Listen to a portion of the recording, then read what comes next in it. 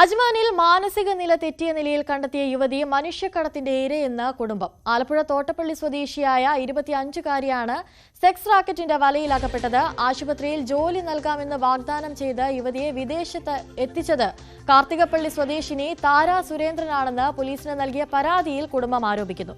Sex റാക്കറ്റിന് വഴങ്ങാൻ തയ്യാറാകാതായതോടെ കൊടിയ മർദ്ദനങ്ങൾക്ക് വിധേയമാക്കിയ ശേഷം യുവതിയെ തെരുവിൽ ഉപേക്ഷിക്കുകയായിരുന്നു. അമ്പലപ്പുഴ പോലീസ് അന്വേഷണം ആരംഭിച്ചു.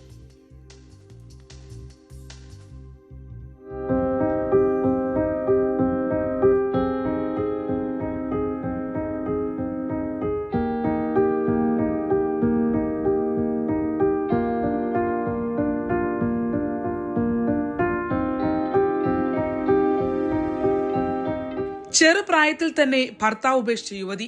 ഈ കാണുന്ന വീട്ടിലാണ് കഴിഞ്ഞ മെയ് മാസം വരെ കുഞ്ഞുമായി അവർ താമസിച്ചത്.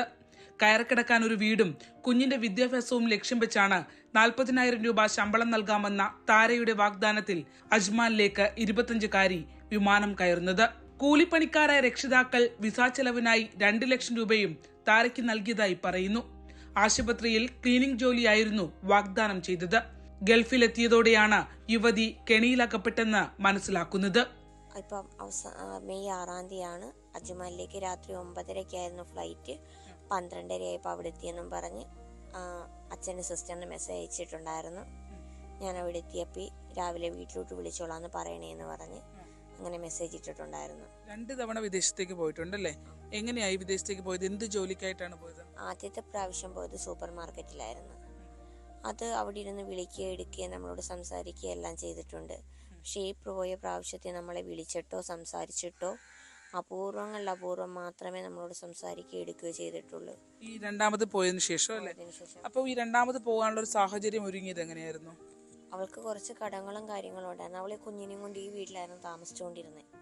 അപ്പോൾ അവൾക്കൊരു വീട് വെക്കണമെന്നുള്ള ലക്ഷ്യവും പിന്നെ കടങ്ങളും കാര്യങ്ങളും ഉണ്ടായിരുന്നു. അത് വീട്ടണം, അവളുടെ മോളെ നല്ല രീതിയിൽ വളർത്തണം എന്നൊരു ലക്ഷ്യത്തോടു കൂടിയാണ് അവള് പോകാൻ ഒരുങ്ങിയത്. അപ്പോൾ ഇവിടുന്ന് കൊണ്ടുപോകുന്നത് നേരത്തെ പറഞ്ഞ സ്ത്രീയാണോ? താര തന്നെയായിരുന്നു ആദ്യം കൊണ്ടുപോയതും. സൂപ്പർ മാർക്കറ്റിലെ കഴിഞ്ഞപ്പോൾ നാട്ടിൽ വന്നു. പിന്നെയും താര വിളിച്ചിട്ടാണ് എൻ്റെ കുട്ടി പോകുന്നത്. ഈ താര എങ്ങനെയാ പരിചയം? അവള് മൈക്രോ ഫിനാൻസ് വർക്ക് ചെയ്തുകൊണ്ടിരുന്നപ്പം അവിടെ ലോൺ ചെയ്യാൻ പോയി, അങ്ങനെയുള്ള പരിചയമാണ്. ഈ താര അവിടെ ലോൺ എടുക്കാൻ വന്നിരുന്നു? താര ലോൺ ചെയ്യാനായിട്ട് അവൾ അവിടെ പോയിട്ടുണ്ടായിരുന്നു. താരയുടെ ഭർത്താവിന്റെ വീട്ടിലും താരയുടെ വീട്ടിലും പോയിട്ടുണ്ടായിരുന്നു. താര എന്ത് പറഞ്ഞാണ് അനിതി പരിചയപ്പെടുന്നത്? നേരത്തെ ഇവർ കിണിയുടെ കടയിൽ നിന്നുള്ള പരിചയം ഉണ്ടായിരുന്നു. അത് കഴിഞ്ഞ് പിന്നെ പരിചയപ്പെടുന്നത് ഈ കേസിന്റെ ലോണിന്റെ ചെയ്യാൻ പോയപ്പോൾ അങ്ങനെയുള്ള പരിചയമായിരുന്നു. വീട്ടിലേക്ക് വീഡിയോ കോൾ ചെയ്യാനോ വിവരങ്ങൾ പങ്കുവെക്കാനോ അനുവദിച്ചിരുന്നില്ല. ഒടുവിൽ വീട്ടുകാരെ ബന്ധപ്പെട്ടപ്പോൾ മാനസിക നില തകർന്ന അവസ്ഥയിലായി. മർദ്ദനമേറ്റ് മുഖം വീങ്ങിയിരുന്നെന്നും സഹോദരി പറയുന്നു. മുടി തലയിൽ നിന്ന് വടിച്ചു മാറ്റി.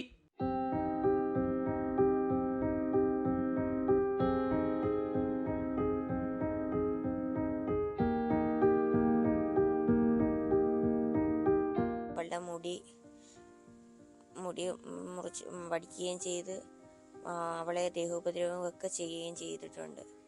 നിങ്ങൾ ഏറ്റവും ഒടുവിൽ വീഡിയോ കോൾ ചെയ്യുന്ന ഒരു വെള്ളിയാഴ്ചയോടുകൂടി അവളെ ഒടുവിൽ എന്നെ വീഡിയോ കോൾ ചെയ്യുന്നത്. ആദ്യമായിട്ടും അവസാനമായിട്ട് ചെയ്ത വീഡിയോ കോൾ അതായിരുന്നു. വേറെ കുട്ടികളെ ഇവിടുന്ന് കൊണ്ടുപോയിട്ടുണ്ടോ? 25 വയസ്സുള്ളല്ലോ അനിയത്തിക്ക്. അത്തരത്തിൽ ഇങ്ങനെ വേറെ ആളുകളെ ഈ താര കൊണ്ടുപോയതേ അറിയാവോ? എൻ്റെ അറിവിൽ അങ്ങനെ ആരും പറഞ്ഞു കേട്ടിട്ടൊന്നുമില്ല. ഈ താര പിന്നെ നിങ്ങൾ കോണ്ടാക്ട് ചെയ്യാൻ ശ്രമിച്ചിട്ടില്ലേ? കോണ്ടാക്ട് ചെയ്യാൻ അവള് വാട്സപ്പിലെല്ലാം മെസ്സേജ് അയച്ചിട്ട് റിപ്ലൈ തരികയോ ഒന്നും ചെയ്തിട്ടില്ല. DP മാറ്റിയിട്ട് നോക്കിയിട്ട് ഒന്നും, നമ്പർ ചേഞ്ച് ചെയ്തിട്ടൊന്നും റിപ്ലൈയോ കാര്യങ്ങളോ ഒന്നും തരുന്നില്ല. ഇല്ല. താരയെ സംബന്ധിച്ച ആരോപണം ശരിവെച്ചുകൊണ്ട് അവരുടെ മുൻ ഭർത്താവ് ശരത്തും രംഗത്തെത്തിയിട്ടുണ്ട്. മൈക്രോ ഫിനാൻസ് സ്ഥാപനത്തിൽ ജോലി ചെയ്യുന്നതിനിടയിലാണ് മനുഷ്യക്കടത്തിന് ഇരയാക്കപ്പെട്ട യുവതിയും താരയുമായി പരിചയപ്പെടുന്നത്. യുവതിയുടെ 7 വയസ്സുകാരിയായ മകളെ അജ്മാനിലെത്തിച്ചാൽ 10 ലക്ഷം രൂപ നൽകാമെന്ന് റാക്കറ്റിന്റെ വാഗ്ദാനം ഉണ്ടായിരുന്നുവെന്നും കുടുംബം പറയുന്നു. ഇവിടുന്ന് കുറെ പേരെ കൊണ്ടുപോയിട്ടുണ്ടെന്നൊക്കെ പറയുന്നു. പക്ഷെ നമുക്ക് ആരാ എന്തോന്നൊന്നും ഒരു അറിവും നമ്മുടെ ഇതിലില്ല. അല്ല, അനീതിയുടെ കാര്യത്തിൽ അങ്ങനെയാണ് സംഭവിച്ചിരിക്കുന്നത്. ആ രീതിയിൽ ട്രാപ്പ് ചെയ്യാനാണ് നോക്കിയത്. ഇപ്പം അവള് പറഞ്ഞത് വെച്ച് നോക്കുവാണെങ്കിൽ അങ്ങനെ തന്നെ അവളെ ട്രാപ്പ് ചെയ്യാനാണ് അവർ കഴിവതും ശ്രമിച്ചത്. അതിൽ പ്രതിരോധിച്ചപ്പോഴാണ് ഈ ഉപദ്രവം ഏൽക്കേണ്ടത്. ഇപ്പൊ ഒരു മാനസിക നില തെറ്റിയ നിലയിലാണ് ആള്. മാനസികാവസ്ഥ തെറ്റിയ നിലയിലാണ് എൻ്റെ കുട്ടി ഇപ്പോൾ ഉള്ളത്. തിരിച്ചു കൊണ്ടുവരാനുള്ള ശ്രമങ്ങൾ നടക്കുന്നുണ്ടല്ലേ? പോലീസിൽ പരാതി നൽകിയോ? ശരിക്കും ഇതൊരു മനുഷ്യക്കടത്ത് പോലെ തന്നെയാണല്ലോ. അവിടേക്ക് മറ്റ് കബളിപ്പിക്കൽ അടക്കമുള്ള കാര്യം, ഈ വിസ കാര്യങ്ങളൊന്നും നിങ്ങൾ വെരിഫൈ ചെയ്യുകയോ ഒന്നും ചെയ്തിട്ടില്ല?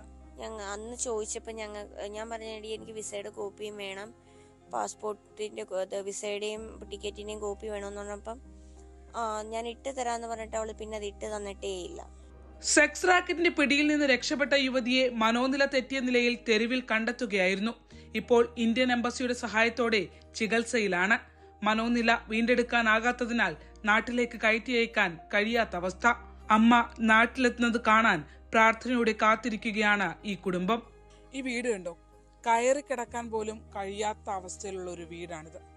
ഒറ്റമുറി മാത്രമാണുള്ളത്. വലിയ ആഗ്രഹങ്ങളൊന്നുമില്ലായിരുന്നു. ഒരു 2 മുറി വീട് വെക്കണം, ഒപ്പം തന്നെ ഈ കുഞ്ഞിനെ മികച്ച വിദ്യാഭ്യാസം നൽകി പഠിപ്പിക്കണം. ഈ 2 ആഗ്രഹങ്ങളുടെ പുറത്താണ് ആ അമ്മ കടൽ കടന്നു പോയത്. പക്ഷെ അവളുടെ ജീവിതം ദുരന്ത സമാനമായ ഒരു സാഹചര്യത്തിൽ ഇപ്പോൾ അവസാനിച്ചിരിക്കുകയാണ്. ആ ഒരു സ്ഥിതി ആ യുവതിക്ക് വരുത്തി വെച്ചവർക്കെതിരെ കർശന നിയമ നടപടി പോലീസ് സ്വീകരിക്കണം. ആലപ്പുഴ തോട്ടപ്പള്ളിയിൽ നിന്നും ശരണ്യ സ്നേഹജൻ, ന്യൂസ് 18.